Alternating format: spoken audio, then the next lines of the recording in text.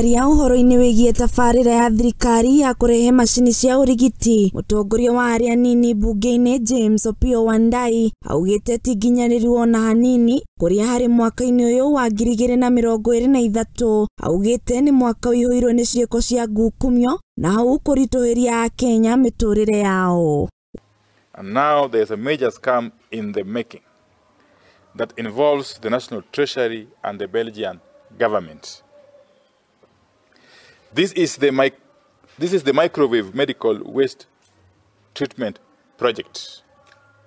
The microwave medical waste treatment project signed between the government of Kenya and the Belgian government to supply counties, the 47 of them, with medical waste management equipment. Wandayi oho niaugite ati thirikari cia county ni ciekirire kirore hari tabarira-ini ino ya thirikari na thirikari nene ikimerera kuheo mbeca cia kumenyerera machini ici, no na thengia wa ngirimiti ino thirikari ndigana kuhingia na hau thogora wa machini ukiongerereka na gicunji kia 60 harĩ 100 na mbeca cia kumigura ikiongerereka nginyagia milioni 1.4 harĩ machini imwe mugaru na hau kabere kuria ciaguragwo 900,000. Counties agreed to this deal on the understanding that it would include funding for the maintenance and management of the equipment.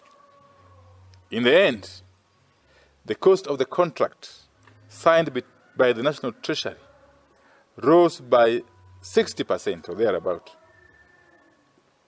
despite a tax waiver.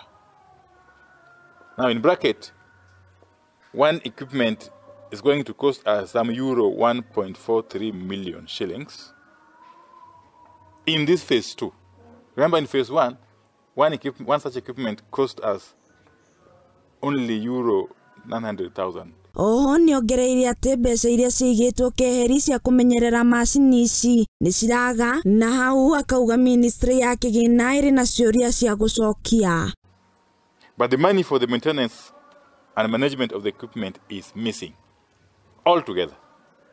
It has gone to the pockets of some people. We will be disclosing details of this developing scam in the coming days.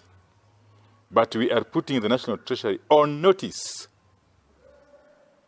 that we will not allow it.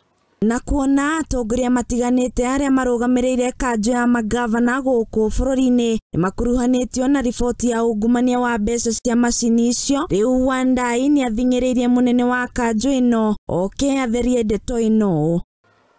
It's also apparent that some officials at the Council of Governors are complicit to this latest scandal. I challenge the COG to clear the air on this matter. Handũ-inĩ ha Múingi TV, niĩ njĩtagwo Wandayi wa Maina.